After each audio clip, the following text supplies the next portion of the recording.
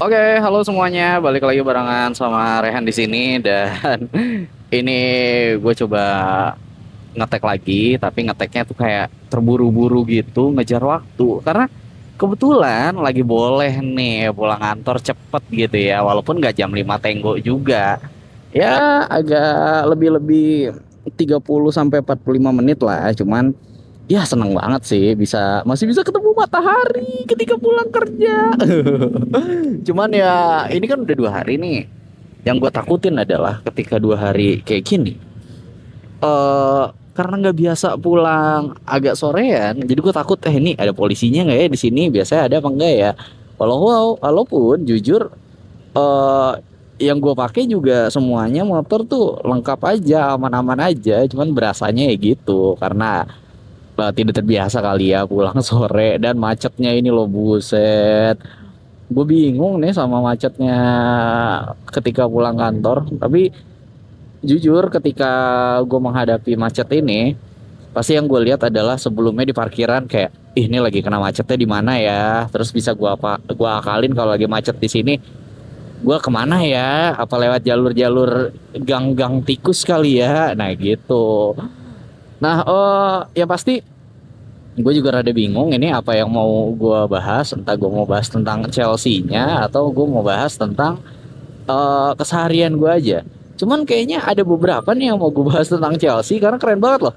Chelsea akhirnya udah here we go mentransfer defender berumur 19 tahun Jarol Hato dari Ajax Amsterdam itu dengan nilai kontraknya dengan nilai transfernya itu sekitar 37 atau 39 pounds gitu aja. Dan itu menurut gue keren karena umurnya masih 19 tahun. Walaupun umur 19 tahun ini nggak bisa dijadiin home ground. Kenapa? Karena udah desain di bulan Juli. Jadi misalnya umurnya dia pasti, karena kalau untuk menjadi home ground club itu harus banget selama 3 tahun itu sudah terregister atau berada di Inggris atau di klubnya di Chelsea. Benar-benar di Chelsea aja gitu. Nah, si Jero Hato ini kan karena dia di sign-nya adalah di bulan Juli nih. Dan umurnya juga udah 19 tahun. Nah, jadi kayaknya sih nggak bisa. Cuman ini keren banget bisa menjadi back kiri masa depannya Chelsea karena dia untuk saat ini aja udah caps di uh, timnas Belanda. Terus juga yang kerennya ternyata dia sudah menjadi kapten dari Ajax Amsterdam. Wah, berarti kita mendapatkan mentality lagi nih, leadership mentality gitu kan. Terus juga ternyata seorang Jarol Hato itu di umurnya yang masih 19 ternyata untuk statistik dia bermain itu sudah lebih dari 200 kali. Jadi wow, bayangin berarti dia benar-benar kalau misalnya dalam 1 tahun dia bermain 50 kali gitu kan. Ini berarti dia udah konsisten bermain tuh udah sekitar dari umur 15 tahun gitu. Pokoknya keren deh ini si Jaro Hato ini kan. Terus juga berarti dengan caps apa starting yang segitu banyaknya berarti fit gitu kan, tidak rentan injury.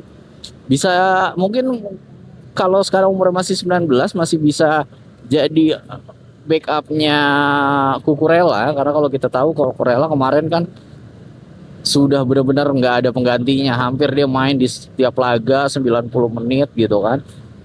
Walaupun ya nggak 90 menit juga, kadang diganti kan, karena yang benar-benar natural kiri itu kalau nggak salah cuma Renato Veiga gitu. Dia emang benar bisa di center back dan juga left back gitu. Cuman kemarin dia tuh yang gue rasa sih kena nih attitude-nya ya. Menurut gue dia diminta, maksudnya pelatih punya plan dia bakal dimainin apa back kiri, cuman dia lebih mau main di central back gitu kan.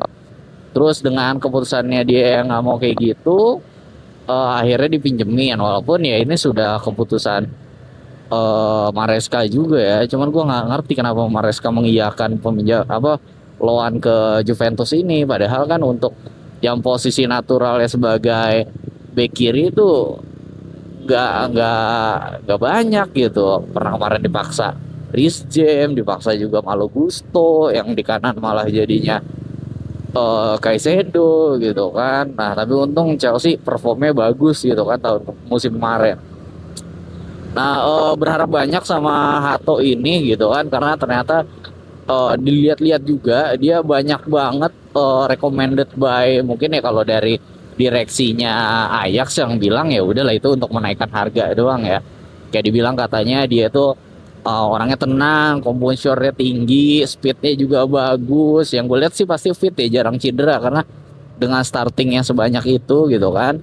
Terus juga leadership mentality yang mantep banget. Berarti kita udah punya pemain bermental bagus walaupun masih takutnya bisa drop juga karena masih muda gitu kan, perjalanan masih banyak.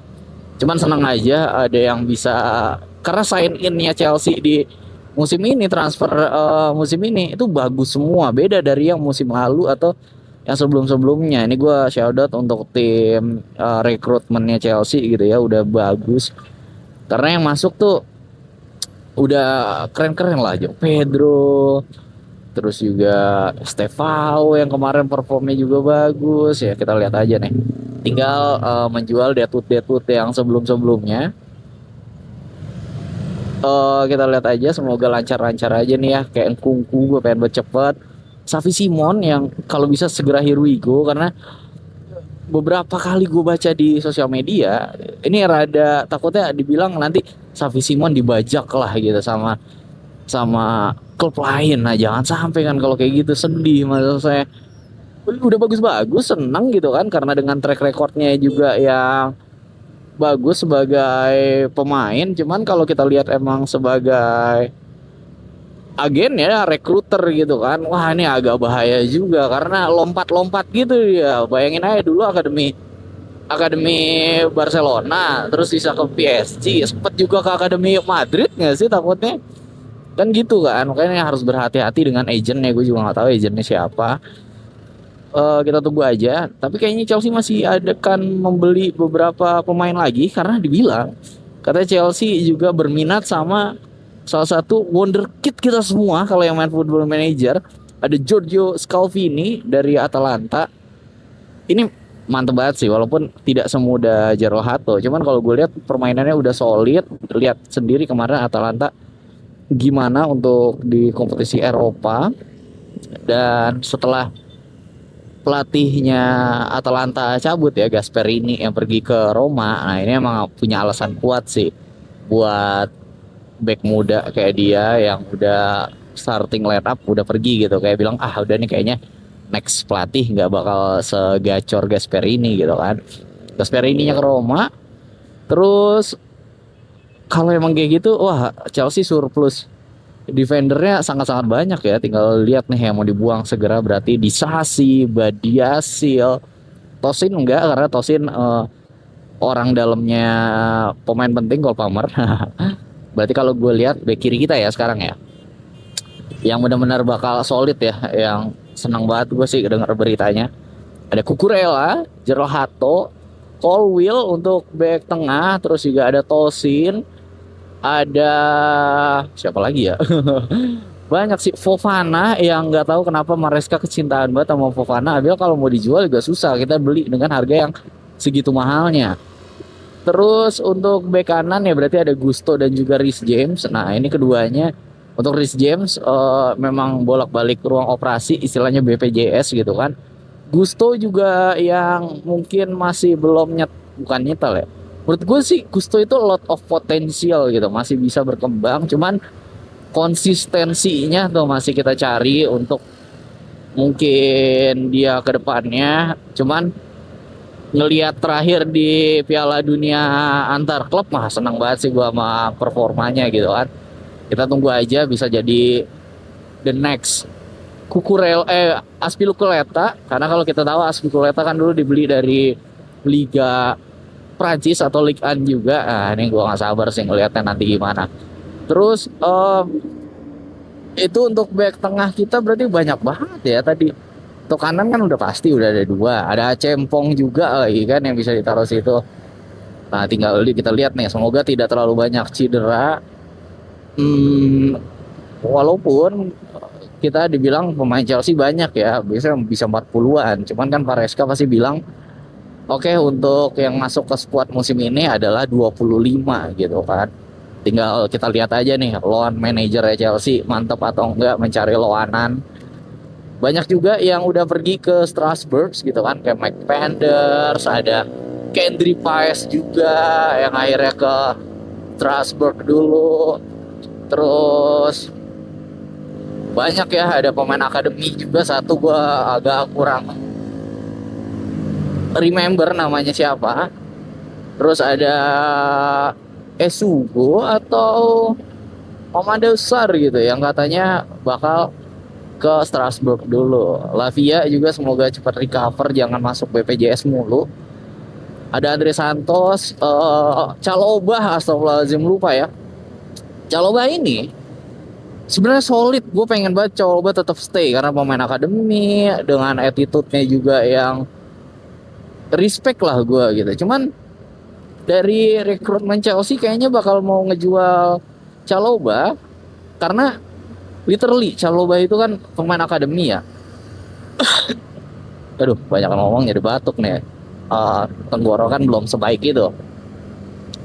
Karena Chalobah pemain akademi kalau dijual tuh benar-benar bakal jadi keuntungan murni. Nah, sama kayak Colwill. Nih Colwill juga kalau misalnya depan pasti nanti ada yang nawar gitu, Chelsea willing to sell gitu karena segitu Amerikanya Chelsea mencari keuntungan sekarang kan. Gue berharap semoga aman-aman aja sih Chelsea ya. Tengahnya kita punya Caicedo, punya Enzo, ada Andre Santos, ada Desbury Hall gitu kan. Gue harap sih Desbury Hall juga mau stay gitu, karena menurut gue Desbury Hall salah satu yang kalau misalnya main dari bench itu pasti sangat berdampak, ngasih assist lah minimal, walaupun dia juga untuk nge-scoring itu tetap jago. Jadi mungkin kalau kita lihat dia punya atribut untuk finishing juga bagus, untuk visionnya juga bagus gitu. Jadi senang banget gue dengan Desbury Hall ini, walaupun masih harus membuktikan lebih gitu. Andai kalau misalnya, tapi amit-amit sih, andai kalau misalnya ada yang cedera atau yang gimana, wah bisa banget pasti Desbury Hall ini menjadi bintang gitu kan, atau lebih banyak lagi spotlight yang ke Desbury Hall. Walaupun ya katanya dia ada ini apa sih, ada darah-darahnya Malaysia gitu kan. Kita kan Indonesia sama Malaysia tuh, waduh. Walaupun kalau misalnya nanti siapa tahu gue nikah sama cewek Malaysia, wah seneng banget pasti ya. Bener-bener international love kalau kata Pitbull. Terus ada apa lagi? Oh, di sebelah kanan itu ada nggak tahu ya, pasti bisa Cole Palmer, banyak lah untuk opsi attacking Chelsea ini ya. Liam Delap sih lebih ke striker ya. Joe Pedro bisa, Pedro Neto bisa, Cole Palmer bisa, Estevao bisa, begitupun dengan di depan ya. Tapi nggak Pedro Neto benar-benar di sebelah kanan kiri winger gitu kan. Untuk depan gue udah seneng banget kalau misalnya udah ada gini ya, maksudnya udah ada Joe Pedro, backupnya Liam Delap. Yang ketiga nih, kalau emang Nicholas Jackson dijual gitu kan, Giu juga udah loan fix pasti ke Sunderland, dan katanya bakal jadi first choice striker oleh manajernya Sunderland ya. Ini kalau kita ingat Sunderland kan baru promosi dan seniat itu untuk tetap stay musim depan di Premier League, karena dilihat daftar transfernya banyak banget. Dan yang salah satunya daftar transfer yang mega bintang yang gue lihat ya, atau world class player, bukan world class juga sih, ini masuk kategorinya elite lah karena udah umurnya 30-an juga, yaitu ada Granit Xhaka. Wah, Granit Xhaka mencari tantangan baru, di balik lagi ke Premier League setelah sebelumnya dikatakan gagal di Arsenal. Tapi mungkin gara-gara ada kedatangan di Leverkusen ya, Leverkusen sudah tidak moncer gitu gara-gara Xabi Alonso pergi. Jadi banyak banget nih pasti pressure ya. Penggantinya adalah Erik ten Hag. Nah, Erik ten Hag sebelumnya diajak bagus, bisa membawa Ajax sampai ke semifinal Champions League dengan pemain-pemainnya yang dulu ya, akademi Ajax itu ada De Ligt, ada Hakim Ziyech, Van de Beek, terus ada De Jong gitu kan, Dusan Tadic, wah gue ingat banget itu depan-depannya. Cuman kita lihat aja nih, kita tunggu nanti kayak gimana. Leverkusen di bawah Erik ten Hag dan pemain-pemainnya yang sekarang udah banyak banget dijual-jualin ya, ada Jonathan Tah, Frimpong cabut, Granit Xhaka sekarang cabut juga. Kita tungguin lah, walaupun masih ada Tapsoba yang gitu-gitu ya. Ya, balik lagi, kira-kira gimana nih Chelsea kita musim depan? Gue sih untuk kalau misalnya sekarang aja, untuk nama-nama yang sudah terkait Chelsea ya, di luar nama-nama baru gitu kan, gue udah senang banget nih. Gue udah berharap pasti challenging untuk Premier League gitu kan, juara Premier League. Walaupun rival-rivalnya Chelsea juga semantap itu transfer depannya ya. Kalau bisa dilihat ya, ada City sih transfernya juga gue bilang wah juga nggak terlalu wah banget, cuman dengan pelatih dan depannya ada Erling Haaland yang sekarang ini agak takut juga gue, cuman udah ditinggal Kevin De Bruyne kan. Nah itu udah, kita lihat nanti kayak gimana. Liverpool yang ngeluarin duit sebanyak itu, mungkin ini adalah pengeluaran dia yang paling banyak di combine dengan masa Jurgen Klopp di Liverpool gitu ya. Jurgen Klopp dulu dikasih dana dikit-dikit, sekarang giliran Arne Slot segitu banyak ya dana ya. Dan mungkin gara-gara ini banyak juga income-nya kayak udah balik lagi pakai jersey Adidas Liverpool ya. Ada Zirkzee yang mahal banget, dan masih ada rencana katanya mau beli Alexander Isak. NKTK yang dibeli juga mahal, lebih dari 50 juta pound sterling. Cuman karena dia kemarin habis juara Premier League, dia sekarang menjadi petahana ya. Untuk kedepannya kan orang-orang bilang katanya lebih susah untuk mempertahankan daripada menggapai. Nah gitu. Apalagi kemarin dia dapatnya adalah karena pemain-pemain atau rival-rival Liverpool yang lain emang lagi pada jelek-jelek aja gitu. Ya kita lihat bakal kayak gimana nih IPL musim depan. Untuk Manchester United, depan tiganya juga baru-baru ya, walaupun strikernya belum, kanan kirinya doang nih baru-baru, ada Mbeumo sama Cuna. Walaupun Cuna juga bisa dijadiin striker. Terus ada Liverpool, ini yang gua anggap sebagai kontender ya. Arsenal juga yang beli banyak, ada Nutgaard, ada Zubimendi. Ini gue agak takut juga kalau ketemu Arsenal. Kalau ketemu MU nggak terlalu lah. Jadi Big Four musim ini, kalau gue rasa ya, Big Four musim ini IPL itu ada Chelsea, Arsenal, Liverpool, itu dia, dan Manchester City. Kita lihat ya bakal peringkatnya nanti di akhir musim gimana. Apalagi ya yang pengen gue highlight ya. Cuman kalau ada nama-nama baru yang bakal Chelsea beli, gue rada seneng karena terbukti rekrutmen tahun ini bagus banget. Ini mungkin bisa gue bilang rekrutmen Chelsea paling bagus di eranya Todd Boehly. Nah itu ya bisa dibilang ya, rekrutmen paling bagus Chelsea di eranya Todd Boehly untuk sampai di tahun 2025 ini. Nah kita lihat aja kayak gimana. Hari ini karena tadi gue bilang gue udah pulang cepet, besok juga ternyata ada kegiatan kantor walaupun hari Sabtu.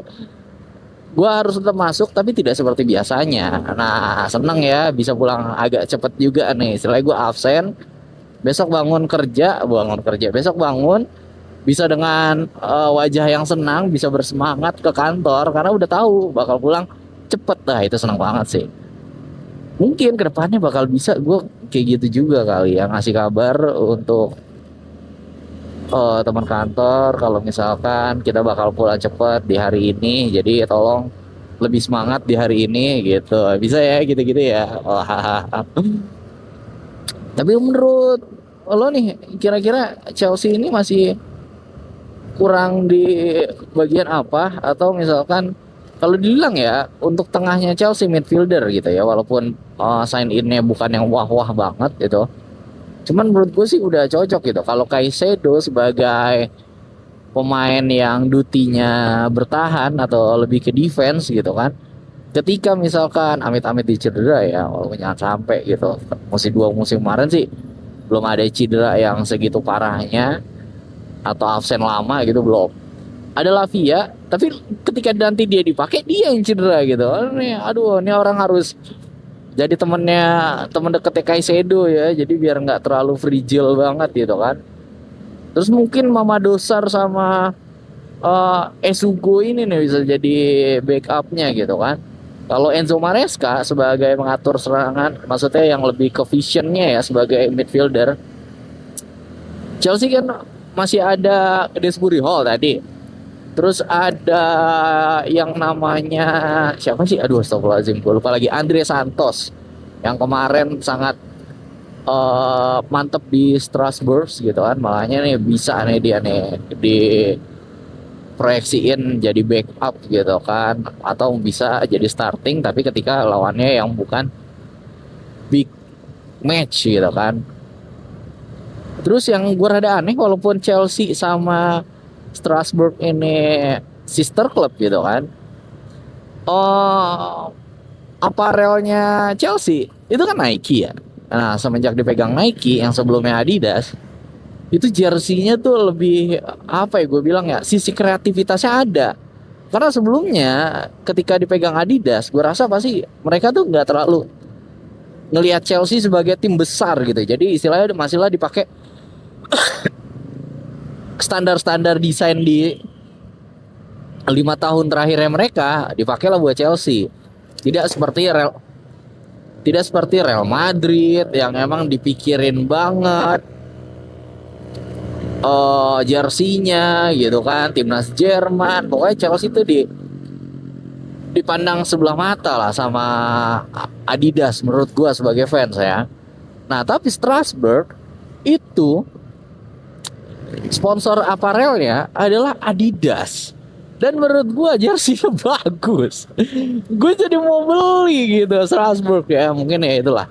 Kalau misalnya gua beli jersey-nya selain Chelsea mungkin adalah Strasbourg gitu, karena sister club juga ya, jadi duitnya bakal ke situ-situ aja. Seneng lah gue.